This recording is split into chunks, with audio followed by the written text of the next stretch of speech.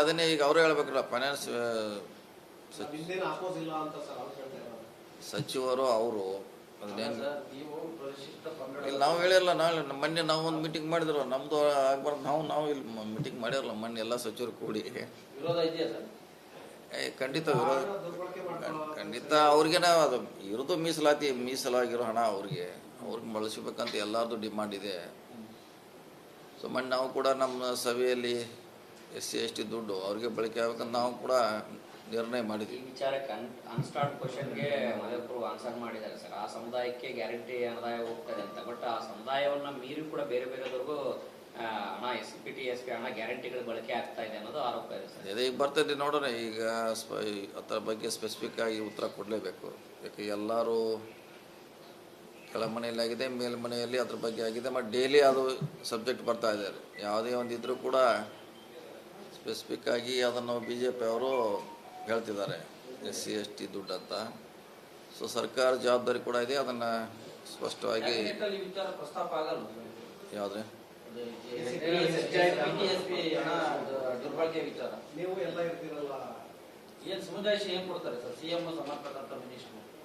ಈ ನಾಳೆಗೆ ವೇಟ್ ಮಾಡಿ ಇನ್ನೊಂದು ವಾರಲ್ಲಿ ಫ್ರೈಡೇವರೆಗೆ ಇಲ್ಲೇ ಕೊಡಬೇಕಲ್ಲ, ಪಬ್ಲಿಕ್ ಆಗಿ ಕೊಡಬೇಕಲ್ಲ.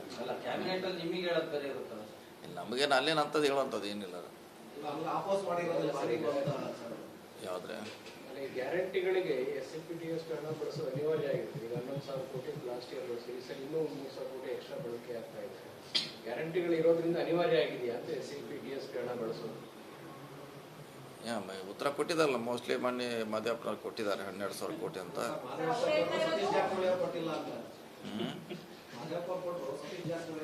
ಅನಿವಾರ್ಯ ಆಗಿದೆ SC/ST ದುಡ್ಡು ಬಳಸೋದು ಸರ್ಕಾರಕ್ಕೆ ಅಂತ, ಗ್ಯಾರಂಟಿಗಳಿಗೋಸ್ಕರ. ಹಿಂದಿನ ಎಲ್ಲ ಸರ್ಕಾರಕ್ಕೂ ಕೂಡ ಬಳಸಿದೆ, ಇನ್ಕ್ಲೂಡಿಂಗ್ BJP. ಈಗ ಅವರು ಆ ಕಡೆ ಅದಾರೆ ಹೇಳ್ತಿದ್ದಾರೆ, ಅವರೇ ಬಳಸಿದ್ದಾರೆ, ಅವರು ಕೂಡ ಬಳಸಿದ್ದಾರೆ. ನೀರಾವರಿಗೆ ಬಳಸಿದ್ದಾರೆ, ಬೇರೆ ಬೇರೆ ಇಲಾಖೆಗೆ ಬಳಸಿದ್ದಾರೆ, ಅವರು ಕೂಡ ಬಳಸಿದ್ದಾರೆ. ವಿರೋಧ ಪಕ್ಷದವರು ಒತ್ತಡ, ಗ್ಯಾರಂಟಿ ಅನುಷ್ಠಾನ ಸಮಿತಿ ರದ್ದು ಮಾಡಿ ಅಂತ ಅನಾವಶ್ಯಕವಾಗಿ ಅವ್ರಿಗೆ ಯಾಕೆ ಸರ್ಕಾರ ಸಂಬಳ ಕೊಡ್ತೀರಾ, ಶಾಸಕರನ್ನೇ ನೇಮಿಸಿ. ಈಗಾಗಲೇ ಅದ್ರ ಬಗ್ಗೆ ಸರ್ಕಾರದ ನಿಲುವು ಹೇಳಿದೆಲ್ಲ, ಮತ್ತೆ ನಾ ಏನು ಹೇಳೋದಿತ್ರಿ ಸರ್? CM ಅವರು ಹೇಳಿದ್ದಾರೆ. ಸೀನಿಯರ್ ಇರ್ಬೋದು, CM ಅವರು ತಮ್ಮ ಉತ್ತರ ಹೇಳಿದಾರಲ್ಲ, ಅದ್ರ ಬಗ್ಗೆ ಪಕ್ಷದ ನಿಲುವು, ಸರ್ಕಾರದ ನಿಲುವನ್ನು ಹೇಳಿದ್ದಾರೆ. ಮುಗಿದೋಯ್ತ್ರಿ, ಅವ್ರು ಹೇಳಿದ್ಮ್ಯಾಗ ನಾ ಏನು ಹೇಳಿದ್ರಿ? ಸಮಿತಿ ನೀವು ಮಾಡ್ಕೊಳ್ಳಿ, ಅಧ್ಯಕ್ಷರನ್ನು ಮಾತ್ರ ಶಾಸಕರನ್ನೇ ಮಾಡಿ ಅನ್ನುವಂಥದ್ದು. ಸದಸ್ಯರನ್ನ ಕಾರ್ಯಕರ್ತರನ್ನೇ ಮಾಡಿ, ಅಧ್ಯಕ್ಷರು ಶಾಸಕ ಇಲ್ಲಾಂದ್ರೆ ಕ್ಷೇತ್ರಕ್ಕೆ ನಮ್ಮನ್ನ ಮೀರಿ ಎಲ್ಲ ಮೀಟಿಂಗ್ಗಳು ಕರೀತಾರೆ, ನಾವೇನು ಮಾಡ್ಲಿಕ್ಕೆ ಆಗ್ತಾ ಇಲ್ಲ, ನಮ್ಮ ಹಕ್ಕುಗಳಿಗೆ ಧಕ್ಕೆ ಆಗ್ತಾ ಇಲ್ಲ. ಸುಮಾರು ಜನ ಶಾಸಕರ ಕಂಪ್ಲೇಂಟ್ ಅದ್ರ ಬಗ್ಗೆ ಚಿಂತನೆ ಮಾಡೋಣ ಅಂತ ಹೇಳಿದ್ದಾರೆ CM ಅವರು. ಬಹುಶಃ ಅದ್ರ ಬಗ್ಗೆ ಶಾಸಕರ ಹಕ್ಕು ಮೊಟಕಾಗಬಾರದಂತ ಅವರು ಕೂಡ ಹೇಳಿದ್ದಾರೆ. ಅದು ಮುಂದಿನ ದಿನಗಳಲ್ಲಿ ಯಾವ ರೀತಿ ಸರ್ಕಾರ ಪ್ರೊಟೆಕ್ಟ್ ಮಾಡುತ್ತೆ ನೋಡೋಣ, ಕಾದು ನೋಡೋಣ ಸ್ವಲ್ಪ. ಈಗ ಬಜೆಟ್ ನಂತರದಲ್ಲಿ ಮತ್ತಷ್ಟು ಬೆಳವಣಿಗೆಗಳು ಶುರುವಾಗುತ್ತೆ, ದೆಹಲಿ ಹೋಗುವ ಸಂಖ್ಯೆ ಜಾಸ್ತಿ ಆಗುತ್ತೆ ಅಂತ ಹೇಳಿ. ಡೆಲ್ಲಿಗೆ ಹೋಗಕ್ಕೆ ಹೋಗೇ ಬರ್ತಾರೆ, ಹೋಗ್ತಾರೆ, ವಾರಕ್ಕೆ ಒಂದ್ಸಲ ಹೋಗ್ತಾರೆ. ಹೈಕಮಾಂಡ್ ಇನ್ವೈಟ್ ಮಾಡ್ತಾ ಇದ್ದೀವಿ ಸರ್, ಇಲ್ಲ ಖುದ್ದಾಗಿ ಡೆಲ್ಲಿ ಹೋಗಿ ಬರ್ತಿದ್ದಾರೆ. ಅವ್ರು ಹೋದಾರ ಕೇಳ್ಬೇಕು ನೀವು. ನೀವು ಹೋದಾರ ಕೇಳ್ಬೇಕು, ಹೆಂಗೆ ನೀವು ಹೋದ್ರ ನಿಮ್ನ ಯಾರು ಕರೆದಿದ್ರ ಕೇಳಿದ್ರ ಅವ್ರಿಗೆ ಮತ್ತೆ ಅವ್ರ ಬಗ್ಗೆ ನಾವ್ ಹೇಳಕ್ಕಾಗಲ್ಲ. ಒಬ್ಬೊಬ್ರೆ ಹೋಗಿ ದೇವಾಲಯಕ್ಕೆ ಭೇಟಿಯಾಗಿ ಬರ್ತಾವ್ರ ಸರ್, ಹೊಂಟಿದ್ದಾರೆ, ಎಲ್ಲರೂ ಒಬ್ಬೊಬ್ರು ಹೊಂಟಿದ್ದಾರೆ. ಯಾಕಂದ್ರೆ ಈ ಸೆಷನ್ ಟೈಮಲ್ಲಿ ಒಂದು 3-4 ಜನ ಹೋಗಿ ಬಂದ್ರು, ನೀವು ಕೂಡ ಹೋಗಿ ಬಂದಿದ್ರಿ. ಅದೇ ಇನ್ನು ವ್ಯಾಲ್ಯೂಯೇಷನ್ ನಡೀತಾ ಇದೆಯಾ ಅಥವಾ ಬೇರೆ ಏನಾದ್ರು ಮಾತುಕತೆ ನಡೀತಾ ಇದೆಯಾ? ಅವ್ರು ಹೋಗಿ ಬಂದವ್ರನ್ನ ಕೇಳಬೇಕಲ್ಲ, ನೀವು ಹೋಗಿ ಬಂದವ್ರು ಇದ್ರೆ ಹೇಳ್ತಾರ ಅವ್ರು. ನೀವು ಹೋದಾಗ ಏನಾಗಿತ್ತು ಸರ್? ನಾವು ಅದು ಇಲ್ಲಿ ಬಗ್ಗೆ ಚರ್ಚೆ ಹೇಳಿಲ್ಲ, ಇಲ್ಲಿ ಬಗ್ಗೆ ಚರ್ಚೆ ಮಾಡಿದ್ರು ಅಂತ ಹೇಳಿರಿ. ಕರ್ನಾಟಕದ ರಾಜಕೀಯ ವಿದ್ಯಮಾನಗಳಿಗೆ ಮುಂದಿನ ಬಗ್ಗೆ ಚರ್ಚೆ ಮಾಡಿದ್ವಿ. ನಮ್ನ ಏನೇನು ಕೇಳಿದ್ರೆ ಅದನ್ನ ಉತ್ತರ ಕೊಟ್ಟಿವಿ ಅಂತ ಹೇಳಿದ್ರು. ಅದನ್ನ ಅವರು ಮಾಡಿರ್ಬೋದು ಅಷ್ಟೇ. ಅಭಿಪ್ರಾಯ ಏನಾದ್ರು ಸಂಗ್ರಹಿಸ್ತಾ ಇದ್ದಾರಾ ಸರ್? ಅಭಿಪ್ರಾಯ ಸಂಗ್ರಹ ಮಾಡ್ತಾ ಇದ್ದಾರಾ ಸರ್ ಹಿಂದಿನ ನಡೆ ಬಗ್ಗೆ? ಇಲ್ಲ, ಮುಂದಿನ 28ರ ಬರಲಿಕ್ಕೆ ಮಾಡಲೇಬೇಕಲ್ಲ. 28ರಲ್ಲಿ ಮತ್ತೆ ಸರ್ಕಾರ ಬರಬೇಕಲ್ಲ ಅನ್ನೋದು. ನಾಯಕತ್ವ ಬದಲಾವಣೆ ಅದ್ರ ಬಗ್ಗೆ ಇಲ್ಲ, ಅದ್ರ ಬಗ್ಗೆ ಚರ್ಚೆ ಇಲ್ಲ. ಅದೇನಿದ್ರು ಹೈಕಮಾಂಡ್ದಲ್ಲ ರೀ, ರಾಜಕೀಯ ಬಗ್ಗೆ ಚರ್ಚೆ ಮಾಡ್ತಾರೆ. ಸರ್ಕಾರ ಯಾವ ರೀತಿ ನಡೀತಾ ಇದೆ, ಜನರ ಅಭಿಪ್ರಾಯ ಏನಿದೆ ಅಂತ ಕೇಳ್ತಾ ಇರ್ತಾರೆ ಯಾವಾಗಲೂ ಹೋದಾಗ. ಯಾವ್ದ್ರೆ ಯಾವ್ದ್ರೆ ಅಲ್ಲಲ್ಲಿ ಕಲ್ಲಲ್ಲಿ ಹೆಂಗೆ ಆಗೋಲ್ಲ, ಯಾಕಾಗ್ತದೆ? 140 ಮಂದಿ ಅದು ಹೆಂಗಾಗೋದ್ರ? ಅದು ದಲಿತ ಸಮಾವೇಶ ಮಾಡೋದನ್ನ ಯಾಕೆ ಸರ್ ಬಿಟ್ಟು ಬಿಟ್ರಿ? ಅದು ನೀವು ನಮ್ಮ ಹೋಮ್ ಮಿನಿಸ್ಟ್ರಿಗೆ ಕೇಳಬೇಕು. ಅಲ್ಲ ಸರ್, ಆಗ SC meeting ಸಮಾವೇಶ ಮಾಡಿದ್ರಿ, ಆಮೇಲೆ ಕೃತಜ್ಞತೆ ಹೇಳಕ್ ಕೂಡ ಸಮಾವೇಶ ಇಷ್ಟೊಂದು ತರ್ಕ ಇಡ್ಸ್ಕೊತಾರೆ. ನೀವು ಅದನ್ನು ನಮ್ಮ ಹೋಮ್ ಮಿನಿಸ್ಟ್ರಿಗೆ ಕೇಳಿದ್ರೆ ಅವ್ರು ಹೇಳ್ಬೋದು, ಯಾಕಂದ್ರೆ ಅವ್ರ ನೇತೃತ್ವದಲ್ಲಿ ಆಗ್ತಾ ಇದೆ ಅದು. ಆ ಮೀಟಿಂಗ್ ಇಲ್ಲಿ ನಡೆಯುತ್ತೆ ಸರ್, ಅದಕ್ಕೆ ಕೇಳೋದು. ನೀವು ಅವ್ರ ಮೇಲೆ ಹೇಳ್ತೀರಿ. ಕೇಳ್ತೀನಿ ಅವ್ರು ಈಗ ಭೇಟಿ ಆಗೋದು ನಾಳೆ ನಡೆದಾಗ ಕೇಳ್ತೀವಿ ಅವ್ರು ಯಾವಾಗ ಮಾಡೋದು ಕೇಳ್ತೀವಿ ಬೇಕಾದ್ರೆ.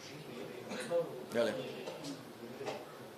ಹೇಳಿ ಸರ್, DCM ಡಿನ್ನರ್ ಪಾರ್ಟಿ ಆದ್ಮೇಲೆ ಫುಲ್ ಜೋಶಲ್ಲಿ ಓಡಾಡ್ತಾ ಇದಾರಂತಲ್ಲ ಸರ್, ಬಿಜೆಪಿ ಅವರೆಲ್ಲ ಕಾಲೆಳಿತಾ ಇದ್ದಾರೆ. ನಿನ್ನೆ ಪರಿಷತ್ನಲ್ಲೆಲ್ಲ ಫುಲ್ ಜೋಶಲ್ಲಿ ಓಡಾಡ್ತಾ ಇದ್ದೀರಿ, CCP ಏನಾರು ಇದೆಯಾ ಅಂತ ಎಲ್ಲ ಕಾಲೆಳಿತಾ ಇದ್ದಾರೆ ಬಿಜೆಪಿ ಅವರು.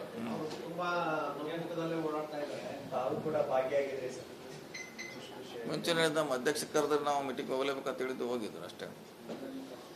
ಅದರಲ್ಲಿ ಏನು ಪ್ರಶ್ನೆ ಇಲ್ಲ ರೀ. ಈಗ ಅವ್ರು BJP ಅವರು ಯಾವಾಗಲೂ ಹೇಳ್ತಿರ್ತಾರೆ, ಸಿದ್ದರಾಮಯ್ಯ ಅವರು ಕೊನೆ ಬಜೆಟ್ ಹೇಳ್ತಾರೆ 6 ತಿಂಗಳು ಅಂತ ಹೇಳ್ತಾರೆ, 1 ವರ್ಷ ಅಂತ ಹೇಳಿದ್ರು, 2 ವರ್ಷ ಹೇಳಿದರು, ಈಗ ಡಿಸೆಂಬರ್ ಹೇಳ್ತಾರೆ, ಹೇಳ್ತಾನೆ ಇರ್ತಾರೆ ಅವ್ರು. ಸರ್, ಈಗ ಮುಖ್ಯಮಂತ್ರಿಗಳು ಸದನದಲ್ಲೇ ಹೇಳ್ಬಿಟ್ಟಿದಾರಲ್ಲ ಸರ್, 5 ವರ್ಷ ನಾನೇ ಮತ್ತೆ 5 ವರ್ಷ ನಾನೇ ಅಂತ ಹೇಳಿ. ಹೌದು, ಏನೋ ಸರ್ಟಿಫಿಕೇಟ್ ಕೊಟ್ಟ ಮ್ಯಾಗ ಇನ್ನೇನು ನಾವೇನು ಹೇಳೋಯ್ತು, ಅವರೇ ಸರ್ಟಿಫಿಕೇಟ್ ಕೊಟ್ಟಾರೆ. ನೀವು ಇಟ್ಕೊಂಡಿದ್ದೀರಲ್ಲ ಸರ್, ಅದಕ್ಕೆ ಸರ್ಟಿಫಿಕೇಟ್ ಅವರೇ ಕೊಟ್ಟ ಮ್ಯಾಗ ಮುಗಿದೋಯ್ತಾರೆ, ಇನ್ನು ನಾವೇನು ಹೇಳುವಂಥ ಅವಶ್ಯಕತೆ ಇಲ್ಲ.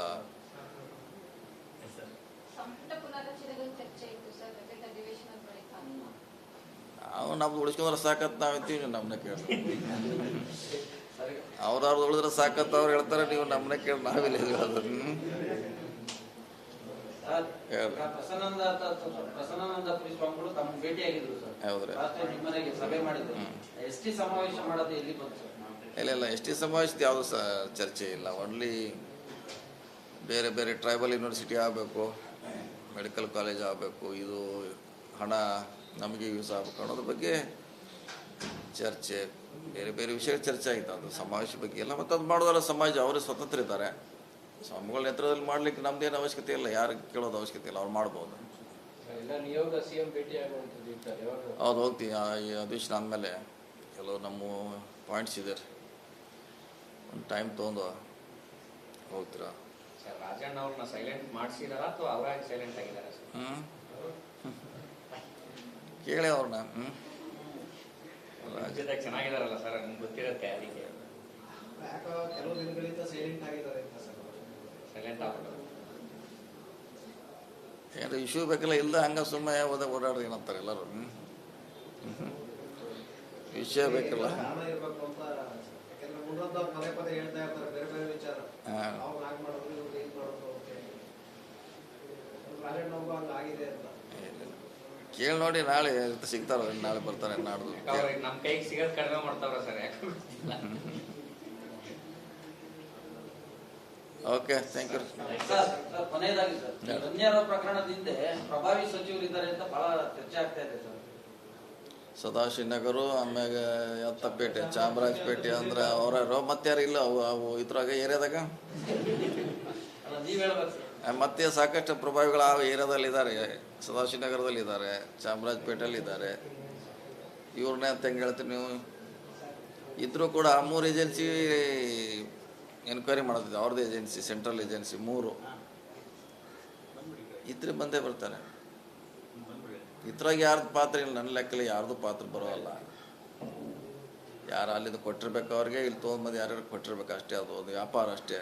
ಪಾರ್ಟಿಕಲ್ ಲಿಂಕ್ ಮಾಡೋದು ಏನು? ಸಹಾಯದ ಹಸ್ತ ಏನಾದ್ರು ಚಾಚಿದಾರ ಸರ್? ಸಹಾಯ ಮಾಡ್ಲಿಕ್ಕೆ ಏನು? ಈಗ ಏರ್ಪೋರ್ಟ್ನಾಗ ಎಷ್ಟು ಮಂದಿಗೆ ಕಳಿಸ್ತಾರೆ? ML ಇಲ್ದವ್ರಕ್ಕಿಂತ ಮುಂಚೆ ಒಳಗೆ ಅವರೇ ಜಾಸ್ತಿ ಹೋಗಿರ್ತಾರೆ, ನಮ್ಗಿಂತ ಅವ್ರನ್ನ ಹಿಡ್ಕೊಂಡು ಹೋಗ್ತಾರೆ ನಮ್ಮವರು. ಅಲ್ಲಿ ಯಾರು ಬರ್ತಾರೆ, ಯಾರೋ ಫೋನ್ ಮಾಡಿ ಹೇಳ್ತಾರೆ, ನಮ್ಮವ್ರು ಬಿಡಿಸ್ತಾರೆ, ಒಳಗೆ ಬಿಡಿಸ್ತಾರೆ, ಕರ್ಕೊಂಬರ್ತಾರೆ. ಆ ಥರ ಅಂದ ತಕ್ಷಣ ಎಲ್ಲರೂ ಹೇಳ್ತಾರೆ. BJP ಅವರು ಫೋನ್ ಮಾಡಿ ಹೇಳ್ತಾರೆ, ನಾವು ಹೇಳ್ತೀವಿ, JDSನವ್ರು ಹೇಳ್ತಾರೆ ಏರ್ಪೋರ್ಟ್ನಲ್ಲಿ ನಮ್ಮವ್ರಿಗೆ ಬಿಡಿಸಿ, ನಮ್ಮವ್ರಿಗೆ ಕರ್ಕೊಂಬಂಡಿ ಅಂತ.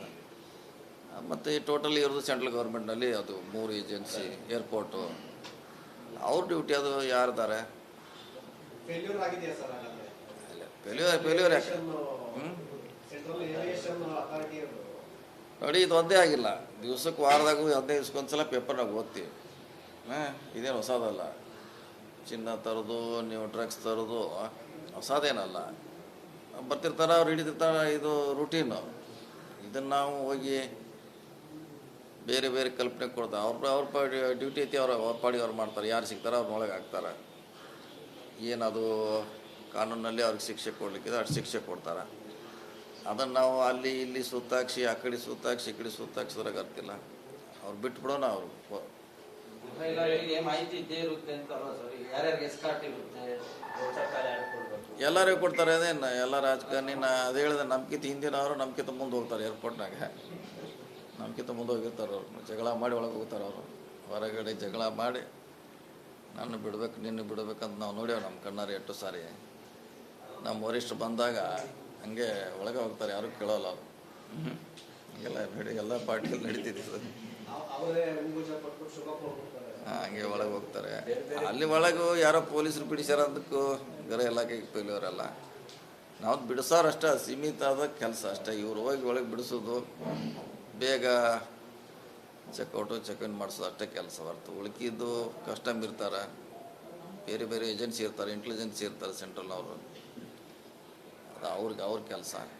ಸೊ ಇನ್ನೊಂದು 15 ದಿವಸದಲ್ಲಿ ಅವ್ರಿಗೆ ಬಂದೇ ಬರ್ತೈತಿ. ಅವಾಗ ನೋಡೋಲ್ಲ ಯಾವ ನಗರ ತೋರಿಸ್ತೀರಿ ನೋಡೋಲ್ಲ ನೀವೆಲ್ಲರೂ ಕೂಡ.